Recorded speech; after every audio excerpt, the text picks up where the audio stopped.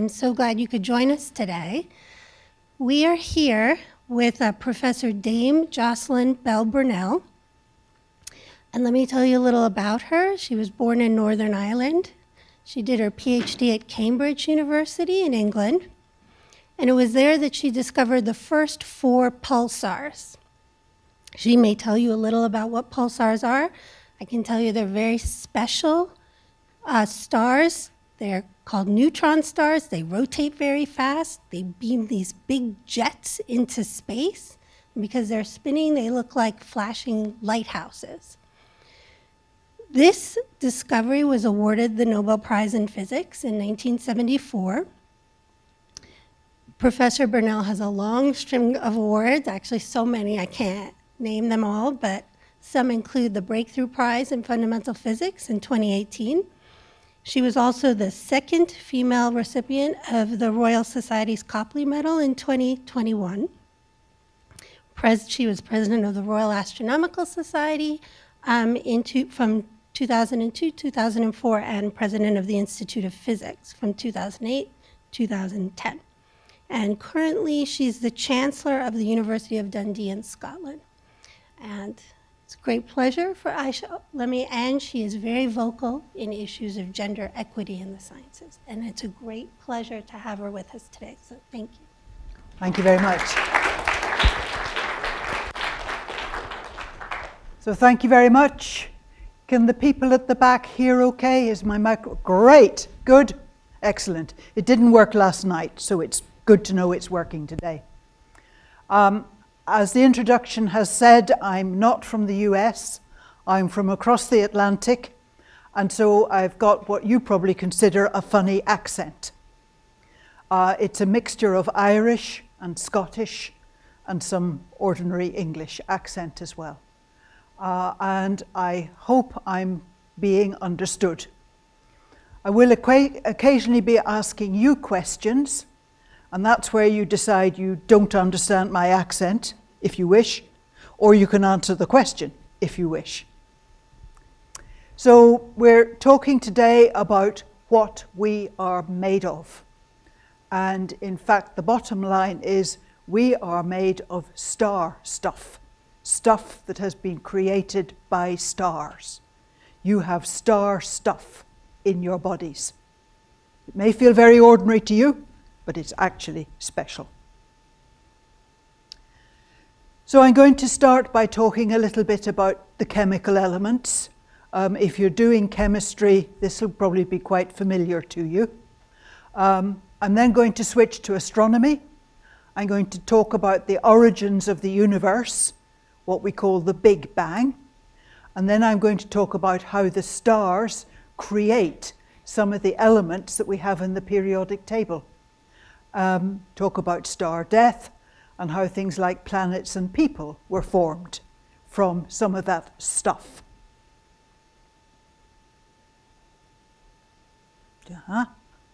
Right, okay.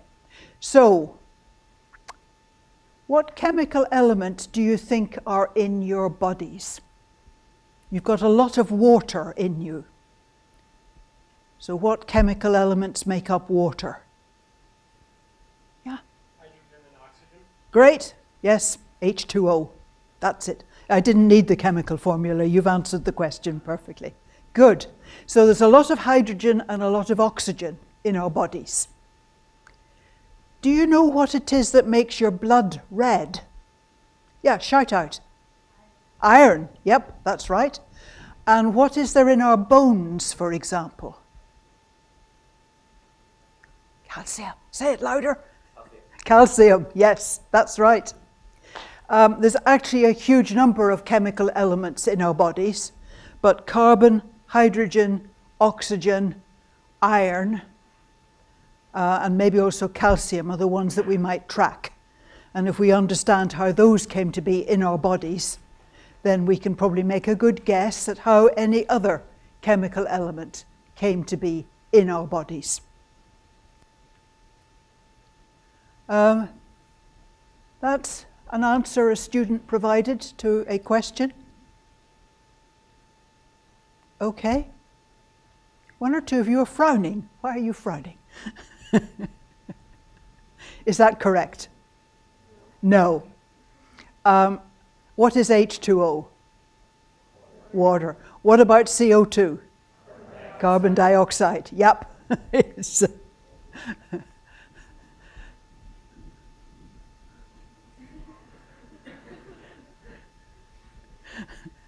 I take it you know what gin is.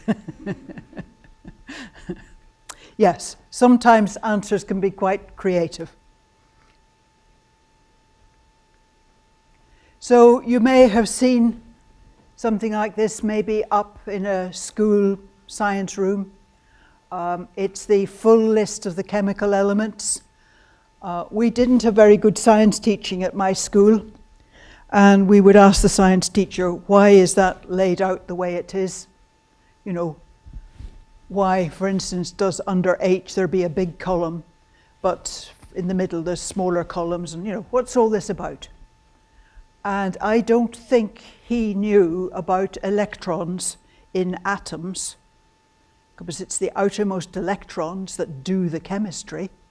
Don't think he knew about electrons in atoms. He said, God made it so. And since we were in a church school, it was a bit hard to argue with that.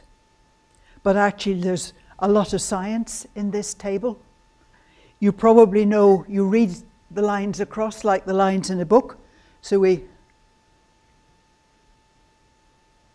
start, can't make a pointer work on this screen, work on my hand. Okay, top left, hydrogen, the lightest element. Read right across, there's a lot of gaps till we get to helium, top right. It's the next biggest element. Like the lines in a book, jump back to the beginning of the next line and down a line. Lithium, it's under hydrogen in the same column as hydrogen, because hydrogen and lithium have rather similar chemical behavior, similar chemical properties. Lithium, beryllium, boron, carbon, nitrogen, oxygen, fluorine, ending up with neon at the far right-hand side, second line. It's under helium because neon and helium have rather similar chemical properties. And so the columns are things with similar chemical behavior, but as you read the lines across, you're adding more and more electrons to the atom, and you're adding more and more particles to the nucleus of the atom as well. So the atoms are getting bigger and bigger and heavier. Right, so there's a lot of chemical elements we know about. How did they come into existence? There's too many for me to talk about all of them, so I'm going to focus on the ones that we find in our bodies, which is a subset, chemical elements. Hydrogen and oxygen, because they make up the water in our body. You also find hydrogen and oxygen in other places in our bodies. Carbon in all our tissues. Calcium in our bones. Iron, that's the red stuff in our bloodstream. There's iron probably elsewhere in our bodies as well. And then vital small amounts of a number of other chemical elements like sodium, potassium, lithium, and so on. But if we concentrate on hydrogen, oxygen, carbon, calcium, iron, if we understand how those came into existence and came to be in our bodies, then you can probably make a good guess as explaining any other chemical element that you want to explain that you find in your body.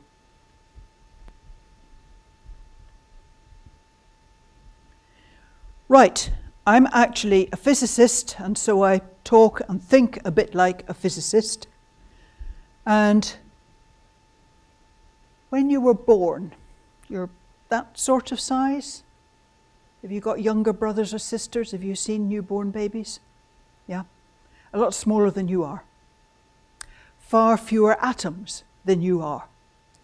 As you grow, you get more atoms. You grow because you get more atoms. Where have those atoms come from? Anybody like to suggest? Yes. Food, absolutely. Food and drink. Sometimes people say breath, breathing. And certainly as you breathe, you take on board atoms. But of course, we also breathe out. So breathing might change which atoms are in our bodies, but aren't going to make big changes overall, other than replenishing the oxygen in our bodies. Yeah. So the atoms that we've taken on board basically have come from our food and drink. So where have the atoms in our food and drink come from? That's the next question. So, food. Let's think about plants to begin with, because animals eat plants, and if we can understand why plants grow and get more atoms, then we can probably understand why animals grow and get more atoms. So plants start off with little seeds or little bulbs or tubers, and then they grow. So they get more atoms. There are relatively few atoms in a seed, but in a plant, let alone a tree, there's a lot more atoms.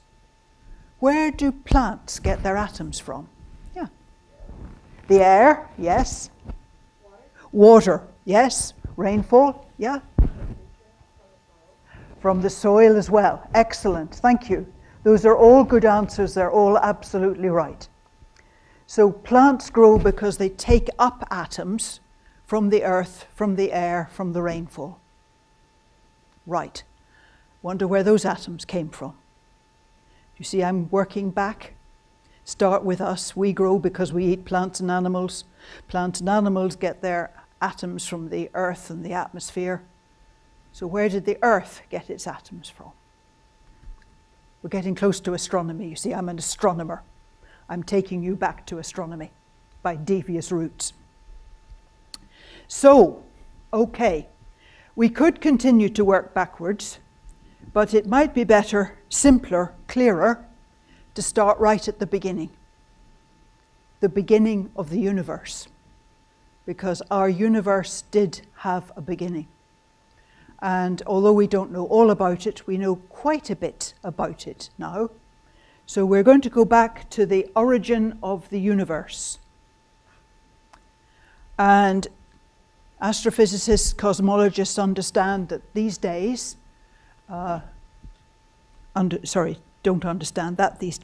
in these days, understand that the universe apparently had an origin. Quite a sharp origin, about 13.7 billion years ago. And it seems that 13.7 billion years ago, everything was jammed in a very, very small volume. And everything didn't like being jammed in a very, very small volume and went whoosh, an explosion, which originally was nicknamed the Big Bang, but the nickname has stuck, and it's now known officially as the Big Bang. So as far as we understand things, everything, space, matter, energy, was initially in a tiny, tiny volume. We don't know how or why, but it seems that was the case. And it didn't all like being jammed in a tiny, tiny volume, so it went whoosh with a Big Bang. Only there was nobody around to hear the Big Bang, because we didn't have any organic stuff at that stage. So, universe is actually still expanding following this Big Bang. But initially it was a fireball, very hot, a lot of stuff in a small volume, doomed to expand, and expand it did. It was very, very bright as well. There would have been a lot of light, but as it expands, it cools. Have you experienced air coming out of a balloon? If you blow up a balloon and then let it out, come out the little neck, as it expands out, it cools. Same thing happened with the Big Bang. It's expanding, a bit like the air coming out of a balloon. I'm not saying there was a balloon, and I'm not saying there was somebody letting air out of the balloon, but the Big Bang started very small, and because it's expanding, it cools like the air coming out of a balloon. And initially it's all very energetic, very blinding light and so on, but as it expands and cools, some things are enabled to happen. And we start getting some particles. You may have heard of Einstein's famous E=mc² equation. E stands for energy, m is mass, and c is the speed of light. Einstein says you can take energy and create mass, according to this formula. You can incidentally go the other way. You can take mass and turn it into energy. And again, this formula gives you the amount of energy you get. But dealing with the Big Bang, we've got lots of energy, and what we need is mass. We need solid stuff, like us, and the furniture, and so on. So energy, some of it converts to mass.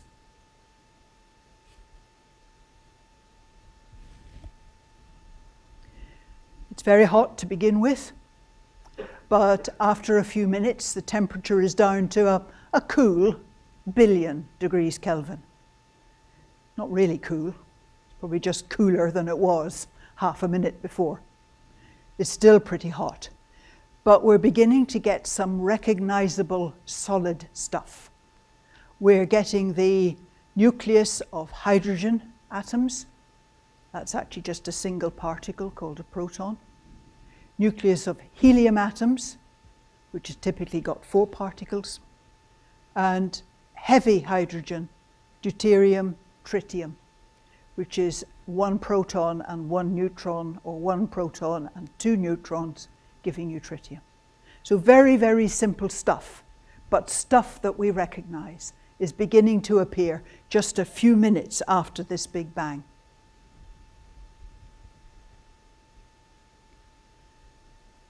So, working with our old friend, the periodic table, you can see top left, hydrogen identified, helium identified. So they've been around for about 14 billion years since the universe was created.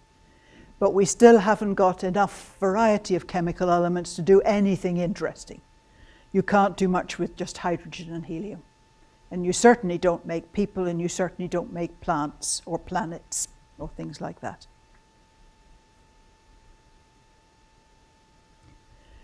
So if we have this checklist of things we're going to look out for, we've got hydrogen, but not much else yet.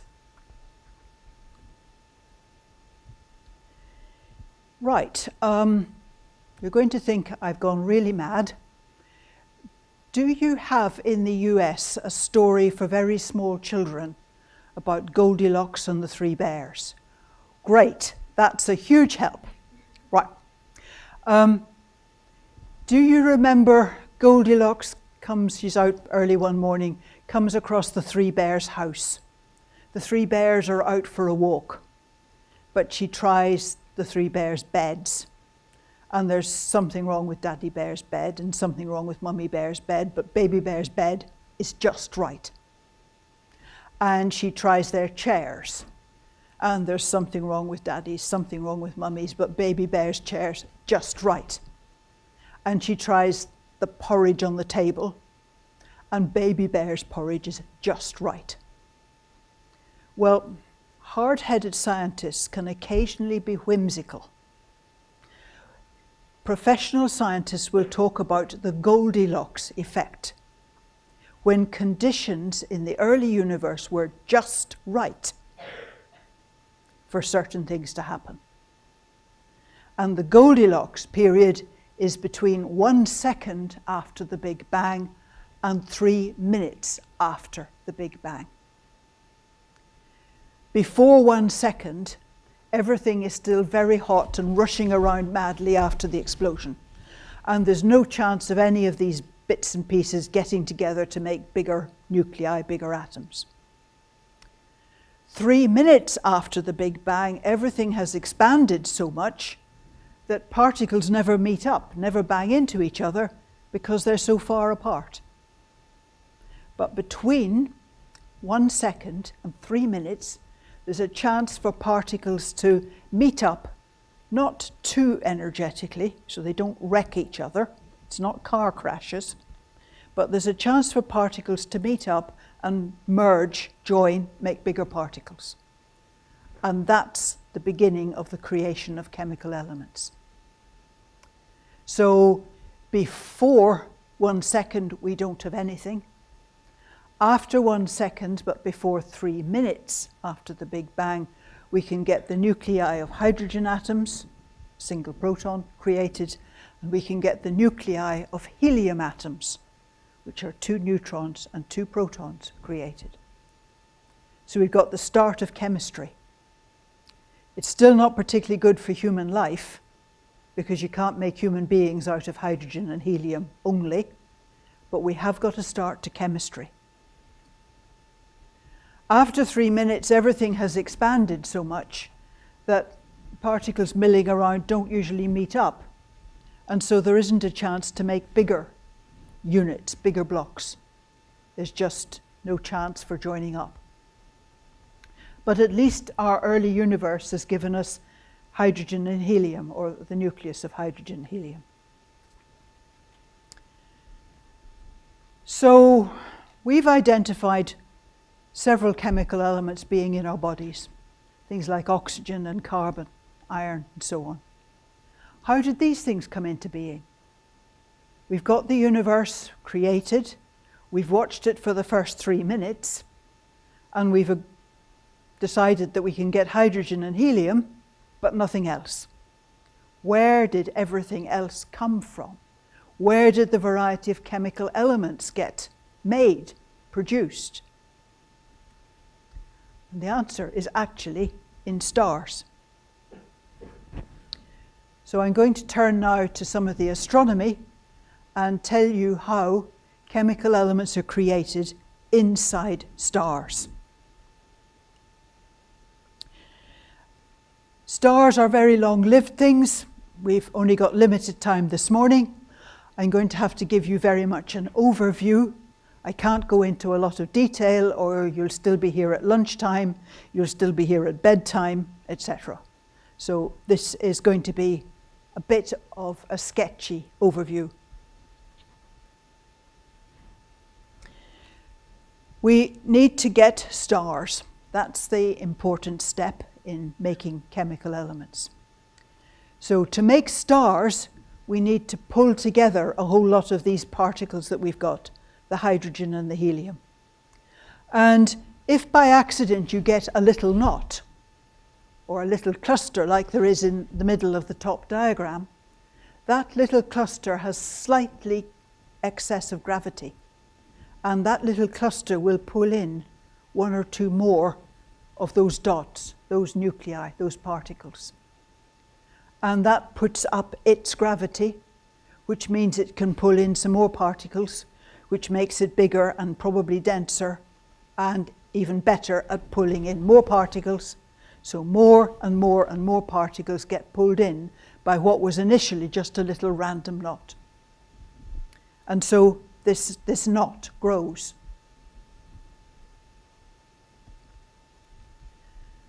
This is a real astronomy photograph. It's part of the Orion Nebula. It's known as the Horsehead Nebula because you can see silhouetted against the pinky red colour what looks like the head of a horse. It is not actually the head of a horse. It just looks like the head of a horse. The pinky stuff is hydrogen. I don't know if you've ever had a chance in school classes to look at a hydrogen lamp. It gives a lovely pinky red glow. And hydrogen's the most common element in the universe. So whenever you see an astronomical photograph with pinky red blotches, you say, hydrogen. And you'll be right 99% of the time, because there's a lot of hydrogen in the universe, and it gives this reddish light. So there's a nice cloud of hydrogen glowing. There's a big bright star, but silhouetted against the pink hydrogen is what looks a bit like the head of a horse.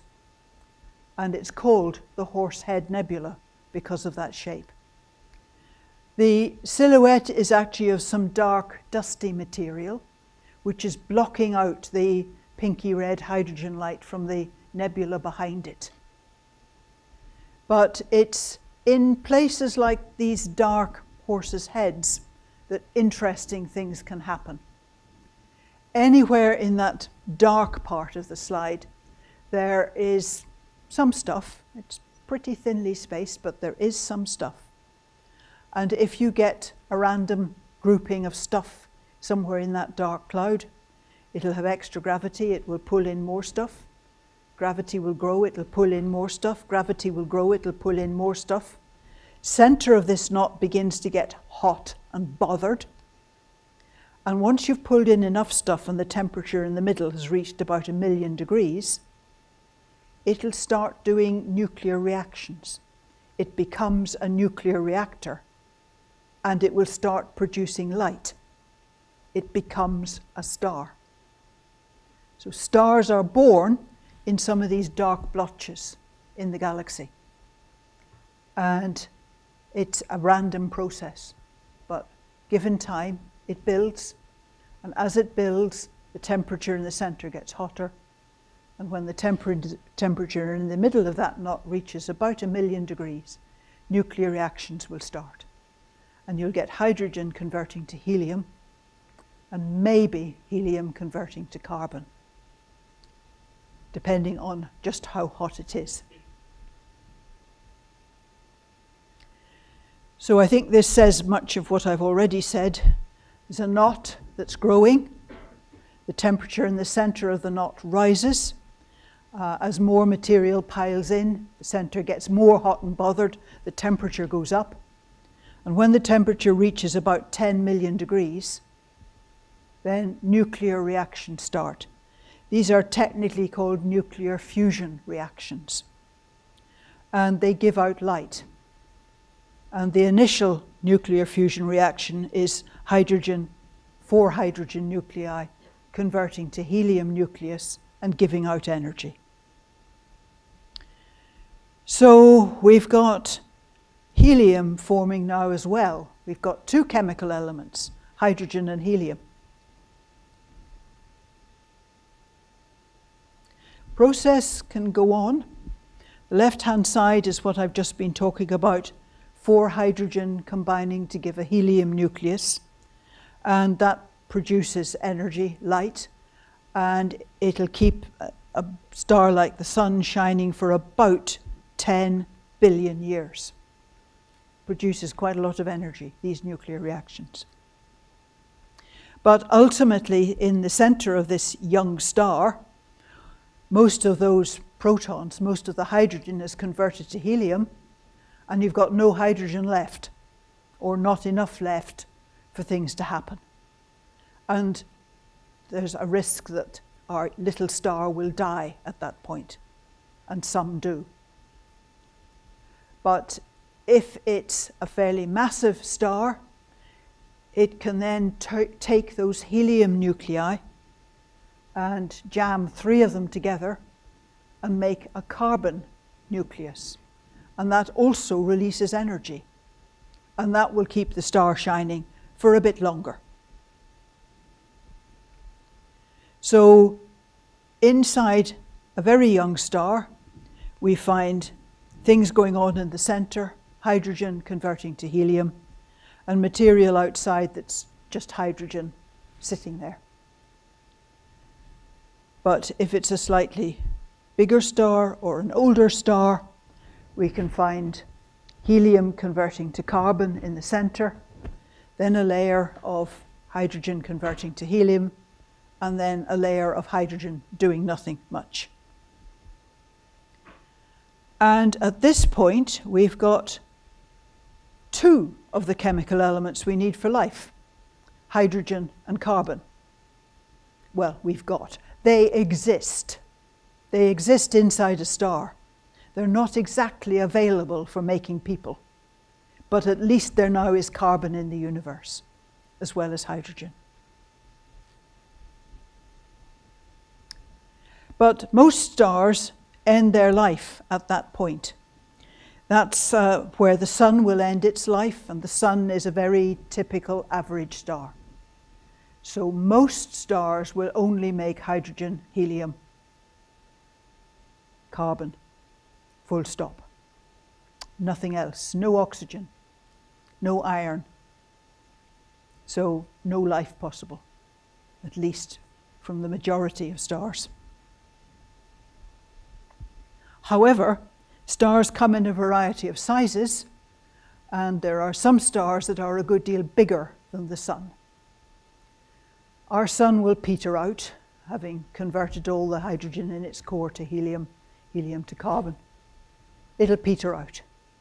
But bigger, heavier stars can do more things.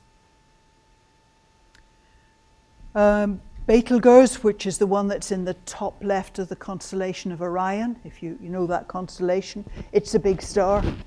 The Pleiades, that's the group of stars you can find if we've got Orion up here in the sky, Orion's belt, and you go up Orion's belt, you come to a little cluster of stars that we call the Pleiades, or the Seven Sisters. And that's another place where we can get more chemical elements. So there's still a chance of life. Okay, so in the bigger stars, we ended up with carbon. Sorry, in the smaller stars, we ended up with carbon. But the bigger stars can make use of the carbon. It can convert the carbon to neon, sodium, and magnesium, which I've identified on the periodic table. And that'll keep the star shining for about 600 years, which is not bad, but it's not forever. The universe is billions of years old, so these stars will contribute a bit, but they aren't kind of the mainstay of stars in the universe. But they're very important for us and for the existence of heavy elements, which is why I'm talking about them. So those nuclear reactions that I've talked about will keep our star shining for about 600 years. And we've got as far as neon, magnesium, and sodium.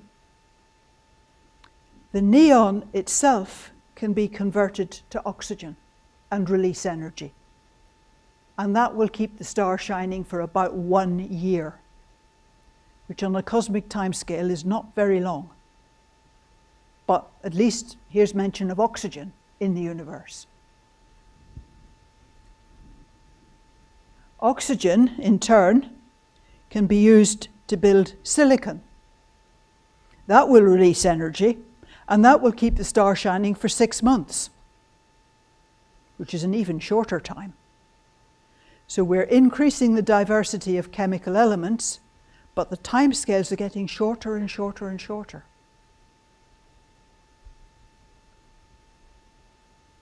In 1 day, the silicon will convert to sulfur, which releases energy.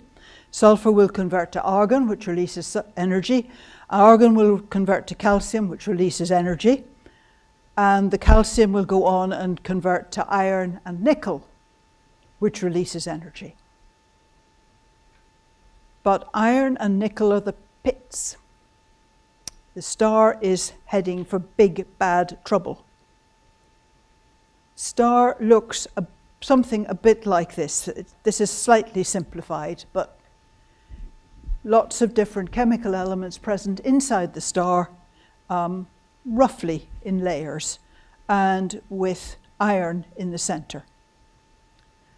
And so of the chemical elements we need for life, there's hydrogen, oxygen, carbon, calcium, iron, potassium, but all inside this newly created star. So not available. At least not available for making life. Probably not available. So we've got them, but they're locked up. But actually the star then explodes. Dramatic, catastrophic explosion. All the stuff gets spewed out into space. All that carbon, oxygen, nitrogen, iron, what have you, thrown out into space, ending the sequence and making the stuff available. Got a photograph of one of these stars exploding. This is a nearby galaxy called the Large Magellanic Cloud, which you can see in the southern hemisphere. And you see that then there's an arrow on the bottom right, conveniently pointing to a star. Let's just be clear, the arrow was added after the photograph was taken. There are not arrows in the sky telling us where to look. But with hindsight, we can say, oh, that's how it looked. But actually, we didn't really notice it until it exploded. See, bottom right, big new bright star. That explosion is kicking out into space all the iron and the calcium and the sodium and so on that was created before the star exploded. It's a death of a big star that gives us a lot of this material. These deaths are called supernova, big new star. And a single supernova will give millions and millions and millions and millions of tons of carbon, nitrogen, sulfur, radioactive nickel, all sorts of things. So it's this dramatic death of big stars that's releasing all these chemical elements out into space, where with luck some of them will be gathered up when planets like Earth are created. The nickel, incidentally, is radioactive, and it will keep the remains of that star shining for several weeks. So you've got a fair chance of finding it. Now, these are really mega explosions. If one of them happened nearby, would it be dangerous? Would it be dangerous for us on Earth if a nearby star exploded like that? We know that the sun will not explode like that. It's too small. It has to be a biggish star. And there isn't a big star very, very close. Betelgeuse in Orion is probably the most likely one. But it's at a safe distance. It's more than 25 light years away. Do you know what a light year is? You heard that phrase? Do you know the speed of light? Yeah. Light travels a long way in a year because it's going at this fantastic speed. A light year is the distance light travels in 1 year. And it's big. Astronomers use that as a unit of distance, a unit of measurement regularly because it's big. And we're often talking about thousands of light years or millions of light years. So even though it's big, the universe is a good deal bigger still. So Betelgeuse is not expected to be a hazard, even if it does explode in that way. And we don't actually know of any other star that's sufficiently close that could be a risk to us. But obviously sometime in the past there were stars like that exploded, because we have here iron and carbon and nickel and calcium and oxygen and all sorts of other chemical elements that are only created in those explosions. So there have been explosions here, near here, in the past, but quite a long time ago. And we don't know of any other star that's going to explode comparably in the near future. I'm going to skip the next bit. It's about how we make some of the heavy elements like gold. We can come back to that if we need to. Right, so I hope I've shown you that we can get a lot of chemical elements from the stars, from explosions of the stars at the ends of their lives, the explosions of big stars. In this room right now, in us, there are atoms of carbon, atoms of oxygen, atoms of calcium in your bones, iron in your bloodstream, etc., etc., etc. How did that come to be here? And I'm going to try and do this with a lot of hand waving and a bit of mime. So way over here, there's one of these dark clouds, dark dusty clouds. And there are atoms milling around in these dark clouds, and there's atoms of calcium and carbon and oxygen and silicon and so on. And maybe by chance, there's a little knot of these atoms. And this knot has extra gravity. It's only maybe half a dozen atoms, but it has extra gravity, so it pulls in one or two more, which puts up the gravity, which pulls in a few more, which puts up the gravity, which pulls in a few more. And over thousands, if not millions of years, what was a random little knot of about half a dozen atoms gradually grows and grows and grows and grows. And as it grows, it gets more gravity, so it pulls more stuff in, so it grows and it grows and it grows. And it becomes big, like a star. And in the middle, because of the pressure of all the overlying material, it gets hot. And it can start doing nuclear reactions. So it starts going brrrr. That's nuclear reactions going on, in case you wondered. And the nuclear reactions produce light. So what had started as just a random grouping of atoms, nuclei of atoms, actually ends up as a star that is shining. If it's a star like the sun, it will shine and it will ultimately fizzle out and die. No drama. But if it's maybe 10 times the mass of the sun, it will go through this whole sequence of reactions like I've been describing, and ultimately reach a crisis in its center where it can't do any other reactions. That reduces some of the pressure, so initially there's a bit of an infall, and then suddenly it bounces and goes whoosh! And it's one of these very bright supernovae, exploding stars. And in the explosion, elements like iron are created. And some of that iron, etc., carbon, oxygen, blah, blah, blah, blah, blah, will spread out, trickle over. And some of it will trickle over here, where there's a dark patch, a dark cloud. Join the dark cloud. Maybe make a little knot with extra gravity, pull in some more atoms, puts up the gravity, pulls in more atoms, puts up the gravity, pulls in more atoms. Gets hot in its middle, starts nuclear reactions.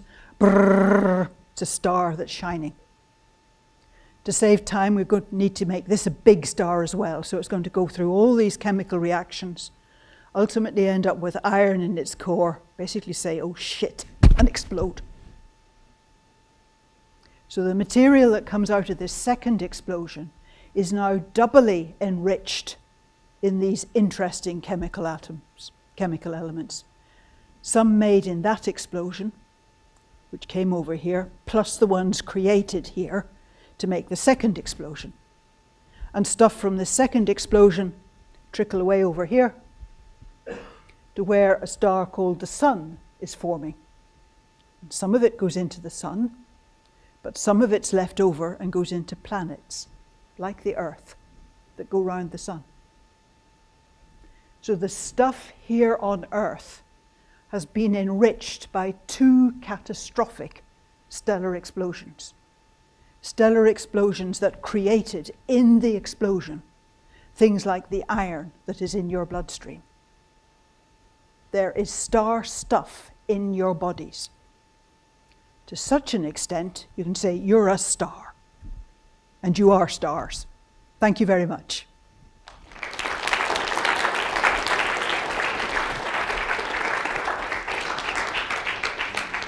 I think we have time for questions. Are there any questions for Professor Burnell? I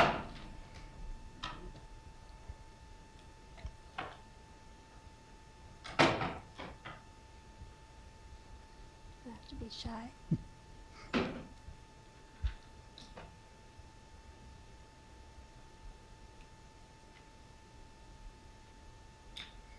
Or comments.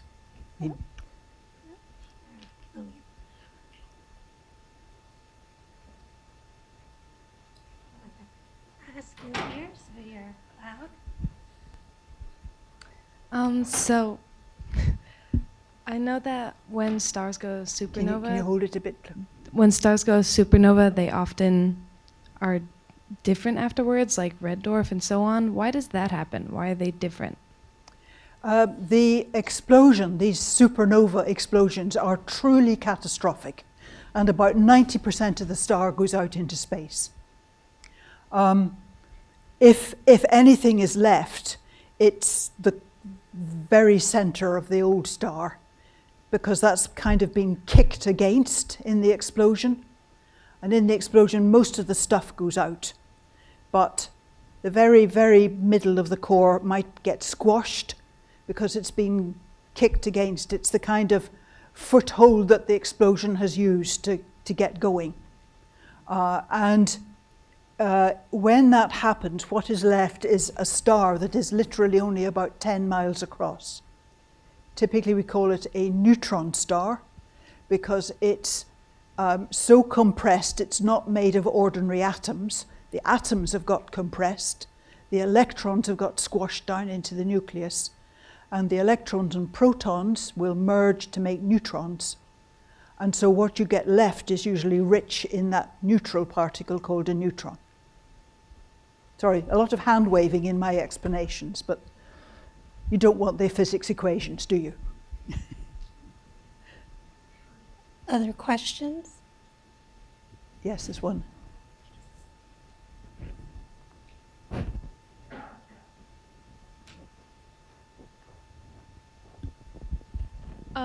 When a star is formed, what dictates how big it's going to end up being? It seems that stars can form, quite small stars can form, quite big stars can form. Partly depends on how dense the stuff is in the neighborhood of the forming star. If there's a lot of stuff, it will tend to grab all that stuff and be a big star. But if it forms in a rather leaner bit of the universe, maybe there's not a lot of stuff available to join it, and so it makes a smaller star. That's how we understand it at the moment. Thank you. I know that Jupiter's often called the failed star. Mhm. How did Jupiter not become a star and become a planet instead? I think the sun actually prevented Jupiter from being a star. The sun acquired almost everything that was going and deprived poor old Jupiter of getting any bigger. Thank you.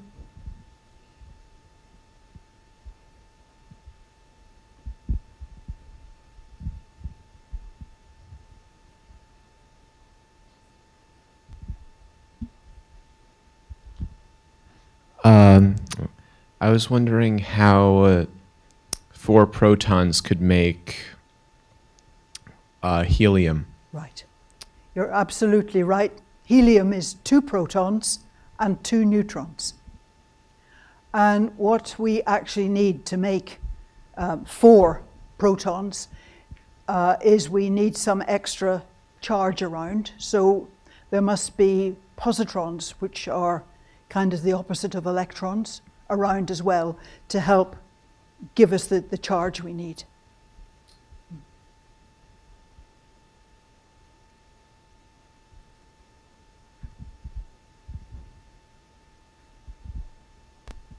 Any other questions? Yeah. Okay. So kind of going off of her question, the planets, right, they form because of the star's presence and gravity? Yeah, what happens is the material formed largely a disk, so circular, certain thickness, but much wider than it was thick. And most of the material concentrated in the sun in the center, but other planets condensed out at different parts in the disk. Pluto might not have. Pluto might have been grabbed by gravity subsequently. We're not quite sure about that, but broadly speaking, the planets formed from a disk. And we can tell that because even today the planets follow roughly the same track around the sky. They're in quite a shallow disk, not distributed over 4 pi, just 2 pi. This one. So with you talking about like the Goldilocks theory and how like it was just right between 1 second and 3 minutes, like how did scientists and like physicists know that that was the right amount of time? Like what'd they do? It's done by calculation because obviously nobody was there. Although we can in other places see things happening, but not always helpfully. So it's actually done by dead reckoning. It's understanding the physics, working out what could have happened, and if that happened, what the consequences would be. And I know that doesn't seem to work. Let's see if some other combination of circumstances would give us what we've ended up with.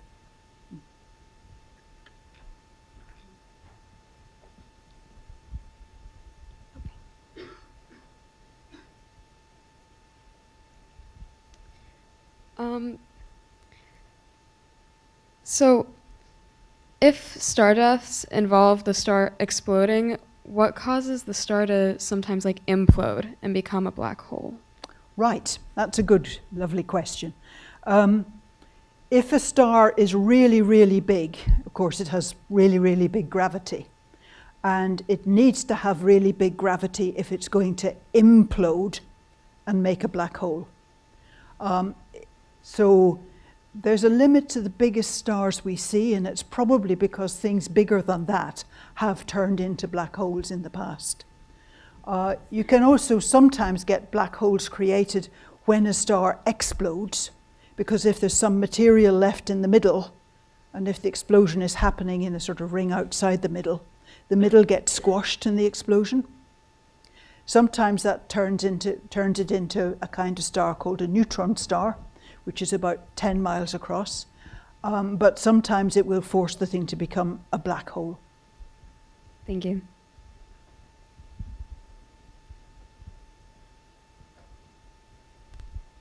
Any other questions?